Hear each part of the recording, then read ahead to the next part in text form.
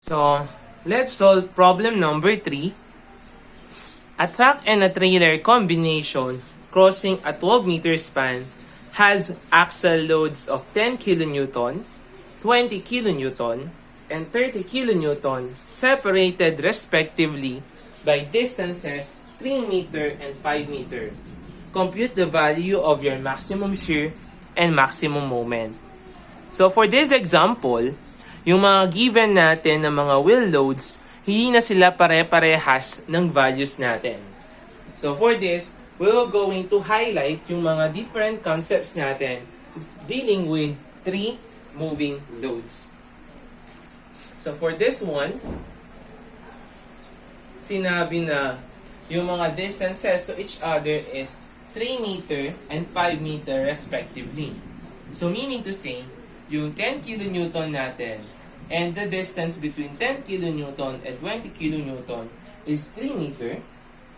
Tapos yung distance between 20 kilonewton to 30 kilonewton is 5 meter. Kasi sinabi dito is respectively. So first, we will going to solve for the value of your Vmax. So paano po natin isosolve yung value ng Vmax? So we will place yung larger load natin. So may mga load tayo dito na 10 kilonewton, 20 kilonewton, at saka yung 30 kilonewton. So meron silang distances na 2 meter, at saka 5 meter. So we will going to calculate yung value ng Vmax natin by placing etong larger load natin dito sa support natin. So let's say para maiba naman, no, we will going to place yung 30 kilonewton natin, which is yung largest load natin, dito sa R1 natin. So take note ha, in computing for the value of your Vmax, always place the largest load sa isa sa mga support natin. So para maiba, dito sa R1 natin, ilagay yung value ng largest load natin. So, kung ilalagay natin yan, yung 30 kilonewton dito, so we will have, so, place natin yung 30 kilonewton dito. And yung susunod naman is the 20 kilonewton, which is, ano siya, is 5. Dito yung 20 kilonewton. And susunod naman is the 10 kilonewton.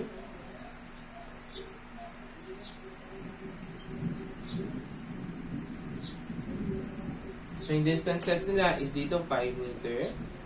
Tsaka 2 meter. So let's determine the value of your Vmax. So siyempre yung value ng Vmax natin, obviously, etong R1 natin.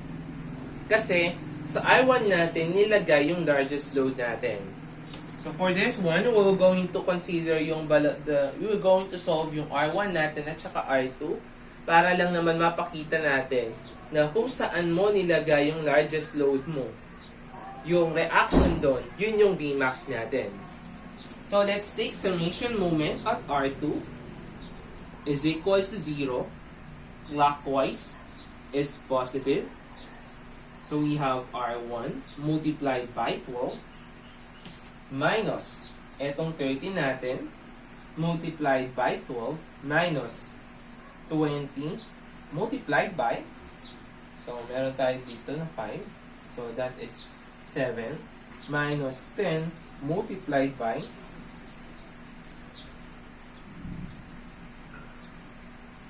so this is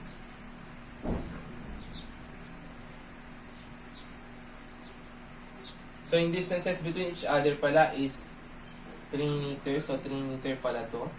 Tapos dito is 4. So that is equal to 4 is equals to 0. So the value of your R1 is now equal to 45 kilonewton. Then if you are going to take summation moment at R1 to solve for the value of R2, so that is counterclockwise is positive. So R2 multiplied by 12 minus 20 multiplied by 5 minus 10 multiplied by 8 is equal to 0.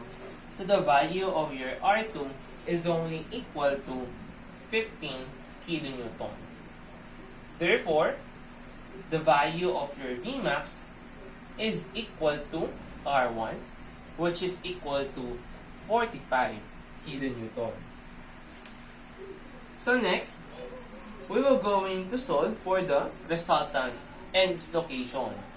So meron tayo dito na 30 kilonewton.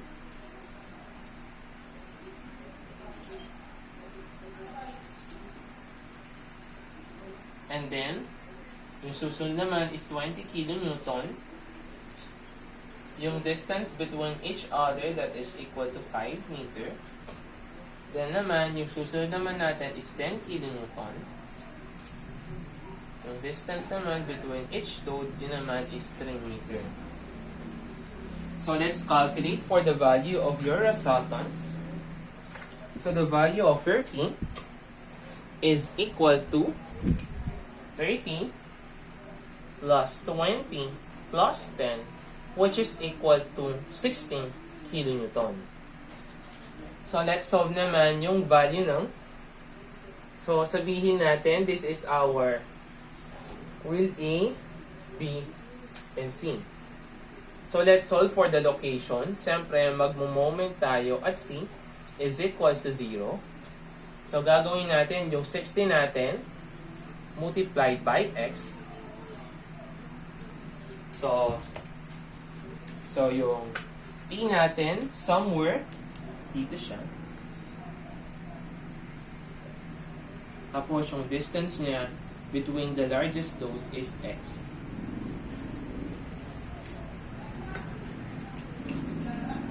So that is 16 is equals to X. So yung 20 i-moment natin siya sa C. So 20 multiplied by 5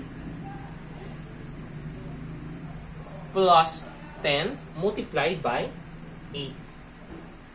So the value of your X is now equal to 3 meter. So we will just consider now.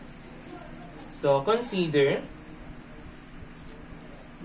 30 kilonewton and the value of your P, which is equal to 60 kilonewton.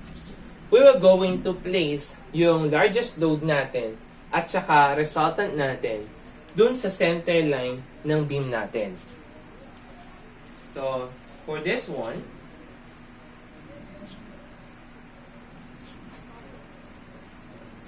so we have a value, we have a span which is equal to 12 meter. Tapos, kung natin yung center line niya, it is obviously located at 6 meter. 6 meter. So this will now serve as your center line. Sa center line na yan, dyan natin ibabase yung value ng, dyan natin isa-center yung 30 kilonewton at saka yung resultant natin.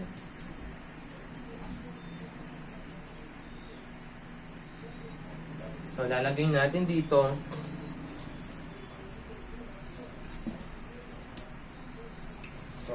nandito sa kabila yung value ng 30 kilonewton natin. And dito naman is the value of your resultant P, which is equal to, so X over 2, which is equal to 1.5. Yung susunod is X over 2. So that is 1.5. Next naman, yung distance ng 30 kilonewton natin with respect to the 20 kilonewton is 5 meter. So, magdadaglag lang tayo dito ng 2 meters para malocate natin yung 20 kilonewton.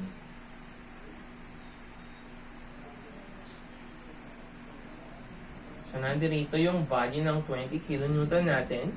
Yung distance niya with respect dito sa P is equal to 2 meter. So, next naman is locate natin yung 10 kilonewton natin. So, tingnan natin yung natira dito sa beam natin. So, we have, so yung kalahati ng center line natin, that is equal to 6 meter. So, 6 minus 1.5 minus 2. So, you will have a value of 2.5 na lang yung natitira dito sa span natin. So, 2.5, samantalang yung distance between 20 kN at saka 10 kN is 3 meter. So, mangyayari niyan, yung load natin na 10 kN is mahuhulog siya dito sa load natin.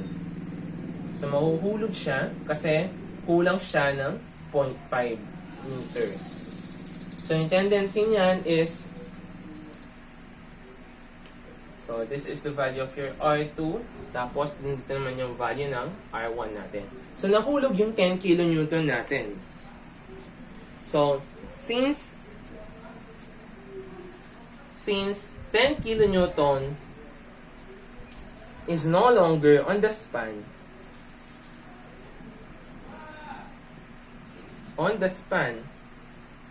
recompute P. Kasi nahulog yung 10 kN natin, nawala na siya sa span natin. We will just recompute the value of your P. So, gagawin natin dito is, we have a value of your 30 kN.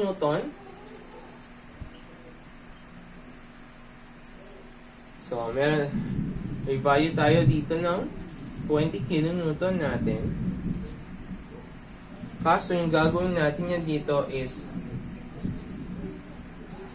so, wala na yung 10 kN natin kasi nga nahulog siya. So, for this part, magiging siyang 2 moving loads. So, this is 5 meter. Tapos, dito naman is 3 meter naman. So, for this one, so, we will just recompute the value of your P or the resultant, which is equal to 30 plus 20. P is equals to 50 kilonewton. Then, we will going to locate the value of your P. So, hanapin natin yung value ng X natin with respect to the largest load natin. So, we will take summation moment at C is equals to 0. So, that is 50 multiplied by X is equals to 20 multiplied by 5. So, the value of your X is now equal to 2 meter. So, same naman yung gagamitin nating principle. So, etong 30 kN natin and the resultant, we will going to place it on the center line ng beam natin. So, same procedure applies. So, gagawin lang naman natin is, we will just redraw the beam. So, upon redrawing the beam, yung ipapakita natin dito na mawawala sa span yung 10 kN natin. So, we're going to locate yung center line natin. So, this is our center line. So, X is equals to 2 meters. So, that is dito 1 meter, tapos dito 1 meter. Yung location ng 30 kN natin, dito siya. And at the same time, nandyan din yung value ng resultant natin, which is equal to 50 kN. So, meron silang distance na x over 2, kaya 1 meter. X over 2, kaya 1 meter. So, next naman, so since yung location natin, 30 kN from 20, that is 5. So, natitira is 3 kN, 3 meter pala. So, at 3 meter, nandun yung location ng 20 kN natin. So, this is 3 meter. So, meron tayong 6 meter dito. 6 minus 4. So, natitira dito is 2 meter. wherein nandirito yung value ng 10 kilonewton natin na nahulog siya. So, nahulog yung 10 kilonewton natin. So, we will going to calculate yung value ng mga reactions natin. So, for this part, yung i-compute na lang natin is the value of your R1. Kasi nga sa pagkuha ng maximum moment natin, ginagawa lang naman natin is we cut dun sa biggest load natin. Since yung biggest load natin is yung 30 kilonewton, so kapag nag-cut ka dyan, so mamimili ka if you are going to consider left or right. So for this part, since mas madali yung left section, kaya ang gagamitin natin is i-consider natin yung left section. And dito sa left section, yung makikita lang natin is the value of your R1. So let's take summation moment dito sa R2 to solve for the value of your R1. So, clockwise is positive. So, R1 multiplied by 12 minus yung resultant na lang natin multiplied by, so yung distance niya between R2 is equals to 5 is equals to 0. So, the value of your R1 is now equal to, so the value of your R1 is now equal to 20.83 kilonewton. So, hanapin natin yung value na maximum moment natin. So, magka-cut tayo dito sa segment natin, dito sa largest load na 30 kilonewton. And we will consider yung left segment. So, if we were going to consider left segment,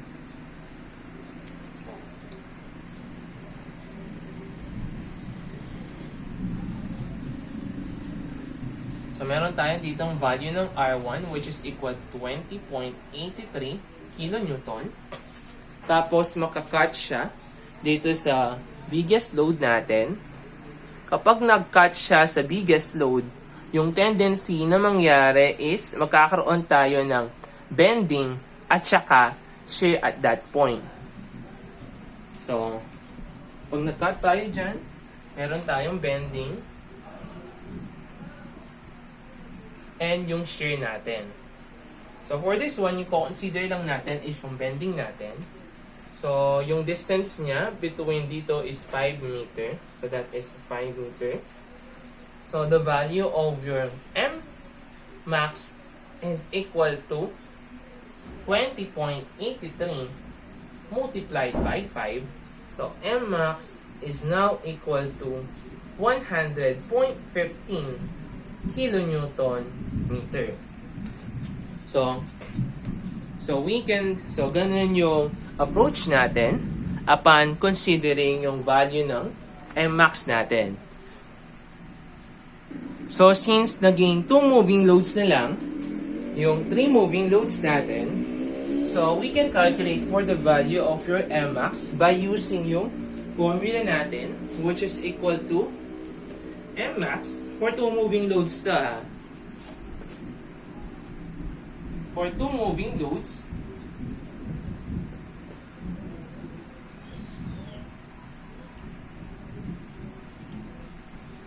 so for 2 moving loads na walang nahulog dun sa dalawang moving loads natin. So M max is equal to pila minus pasada squared over 4 na pila. So, the value of your P, yun yung resultant natin, which is equal to 50. So, a-apply lang natin yung principle natin sa 2 moving loads. Yung length ng beam natin, which is equal to 12 meter, minus yung smaller load natin dito, which is equal to 20 kilonewton, and the distance between those loads is equal to 5. So, squared all over 4. The value of your P is 14 multiplied by 12. So, the value of your M max, considering 2 moving loads na walang nahulog sa mga loads na yon, is equal to 104.17 kilonewton meter. So, halos magkaparehas lang sila ng values. So, yung value ng maximum moment natin dito is 104.15. So, sir, what if we will also consider yung larger load natin? So, yung larger load natin dito is 20 kilonewton. The largest load is a 30 kilonewton. So, what if, no, yung largest load mo is nandito siya sa gitna. So, yung 20 kilonewton nandito, tas 30 kilonewton sa gitna, tapos yung 10 kilonewton is nasa dulo, siyempre. So, tuturuan ko naman kayo on how to consider yung mga loads natin na nakapagitna. So, for this one, so consider natin yung larger load natin na 20 kilonewton. So, consider 20 kilonewton and yung resultant natin which is equal to 60 kilonewton. So, yung gagawin lang naman natin dito is isa-centerline natin etong larger load natin with respect dun sa resultant natin. So, yung gagamitin natin value ng x natin is yung nauna. So, yung distance between them is equals to 2 meter. So, lagay natin, saging natin. So, siyempre, we will have 12 meter span. So, ipi-place natin yung middle load natin sa resultant natin. So, this is our center line. So, yung value ng 20 natin, so distance niya is 2 meter. So, tigo 1 meter sila. So, nandirito yung value ng 20 kilonewton natin. And dun sa kabila naman is yung value or location ng resultant natin. Then, tig 1 meter kasi x over 2. Next, yung from 2, yung 20 kilonewton natin sa 10 kilonewton, yung distance between each other is 3 meter. So, locate lang natin. So, we will have, so, hindi mahuhulog dito yung least load natin na 10 kilonewton. So, yung distance between each other is equal to 3 meter. So, meron pa tayong natitira dito na 2 meter. So, next naman is yung location ng 30 kilonewton natin. So, that will become 3 meter dito. So, nandito yung value ng 30 kilonewton natin. So, yung distance niya with respect to the resultant is equals to 3 meter. So, yung natitira dito niyan is 2 meter din sa kabila. So, hahanapin natin yung value ng mga reactions natin. But for this part, so solve na lang natin yung value ng R sub 2 natin. So, let's take summation at reaction 1 is equals to 0. So, yung rotation natin dyan is counterclockwise is positive. So, R2 multiplied by 12 multiplied by, eto na ang resultant yung gagamitin natin para isahan na lang. Multiplied by 5 is equals to 0. So, the value of your R2 is now equal to 25 kilonewton. So, same principle lang tayo, no? Since yung kinonsider natin is 20 kilonewton at saka resultant natin. So, dito sa 20 kilonewton, dun tayo magka-cut ng section. If nag-cut tayo sa 20 kilonewton, pipili ka ng section na i-consider mo. Either right section or left section. So, for this one, consider na lang natin is the right section. So, considering right section, so mahahanap natin yung value ng moment natin dun sa 20 kilonewton. So, mahahati yan. So, yung value ng R2 natin is equal to 25 kilonewton. And the value of yung 10 kilonewton naman natin nandirito is 2 meter. Tapos dito naman is 3 meter. So, nag-cut tayo dyan. So, upon cutting sa section natin, siyempre meron tayong lilitaw dyan na M.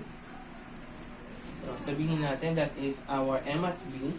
And yung shear natin. So, for this one, yung consider lang natin is yung sa shear natin. So, ito yung mga loadings natin. Ito yung B, A, tapos ito naman yung C. So, nag-cut tayo dito sa B. So, the value of your MB is equal to, so, let's take summation moment at B is equals to 0. So, counterclockwise is positive. So, you will have 25 times 5 minus, so MB is equals to, so 25 times 5 minus the value of your 10 multiplied by 3. So yung value ng moment natin at the larger load is only equal to 95 kilonewton meter. Therefore, the value of your Mmax is 104.15 kilonewton meter. So, ganun yung principle natin. Kapag kino-consider naman natin is yung load natin na nasa gitna. So,